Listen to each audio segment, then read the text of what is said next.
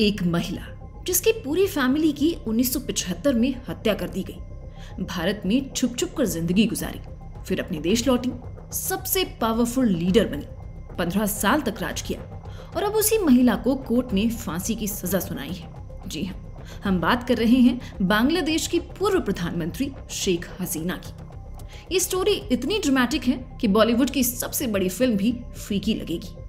सबसे पहले जानिए शेख हसीना असल में कौन है। शेख हसीना बांग्लादेश के फाउंडिंग फादर बंगबंधु शेख मुजीबुर रहमान की सबसे बड़ी बेटी हैं। उनका जन्म 28 सितंबर 1947 को तुंगीपाड़ा में हुआ। 2009 से 2024 तक लगातार 15 साल प्रधानमंत्री रहीं। बांग्लादेश की सबसे ज्यादा सर्व करने वाली लीडर, लेकिन उनकी जिंदगी शुरू से ही ट्रेजेडी से भरी हुई है। 15 अगस्त 1975, ढाका का गण भवन। सुबह सुबह सेना के बागी अफसर अंदर घुसे।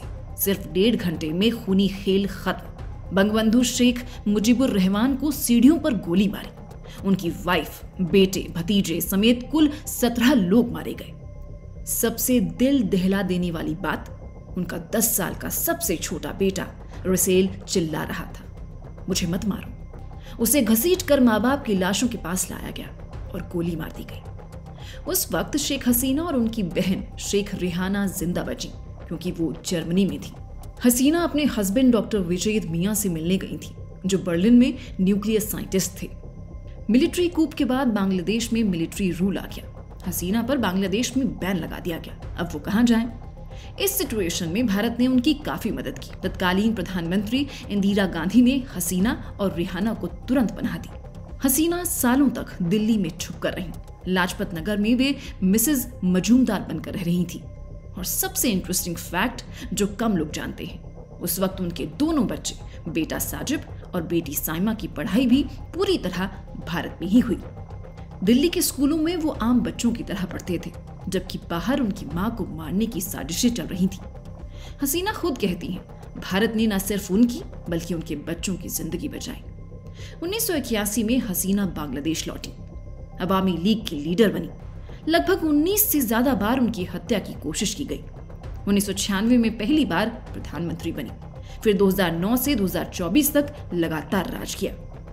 अब आते हैं 2024 के उस तूफान पर जिसने सब कुछ उलट पुलट कर दिया। जून 2024, हाईकोर्ट ने सरकारी नौकरियों में 30% कोटा फिर से फ्रीडम फाइटर्स के बच्चों के लिए शुरू किया। स्टूडेंट्स को लगा ये अन्याय है। प्रोटेस्ट शुरू हुए। हसीना ने इसे साजिश कहा। जुलाई अगस्त में आंदोलन सरकार विरोधी हो गया और पुलिस ने इसे दबाने की कोशिश की, जिसमें कई लोगों की मौत हुई। यूएन के मुताबिक 1400 से ज्यादा लोग मारे गए। 5 अगस्त 2024, लाखों लोग सड़कों पर थे। प्रधानमंत्री आवास गण भवन पर हमला हुआ। हसीना को सिर्फ 45 मिनट मिले। रिजाइन किया और हेलीकॉप्टर से भारत आ गई। तब से आज तक वो भारत में है। उनके बेटे साजिब वाजिद ने हाल ही में कहा, मैं पीएम मोदी का हमेशा शुक्रगुजार रहूंगा, उन्होंने मेरी मां की जान बचाई। हसीना के जाते ही अवामी लीग की 15 साल पुरानी सरकार गिर गई। नोबेल विजेता मोहम्मद यूनुस की अंतरिम सरकार बनी और अब 17 नवंबर 2025 को ढाका की इंटरनेशनल क्राइम्स ट्रिब्यूनल यानी आईसीटी ने शेख हसीना और पूर्व गृह मंत्री को फांसी की सजा सुना दी है। 17 नवंबर 1967 शेख हसीना ने शादी की थी और ठीक 58 साल बाद उसी 17 नवंबर 2025 को उन्हें फांसी की सजा सुना दी गई।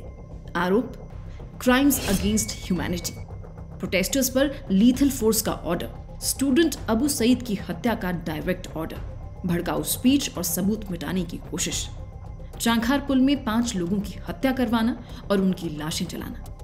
ये वही आईसीटी है जिसे हसीना ने खुद 2010 में बनवाया था 1971 वॉर क्राइम्स के लिए। आज वही ट्रिब्यूनल उनके खिलाफ हो गया। ट्रायल इन एब्सेंटिया हुआ। वहीं शेख हसीना और उनका बेटा इसे राजनीतिक बदला बता रहे हैं। पाकिस्तान के जुल्फिकार अली भुट्टो को 1979 में फांसी दी गई। वो पहले इलेक्टेड पीएम थे जिन्हें फांसी हुई।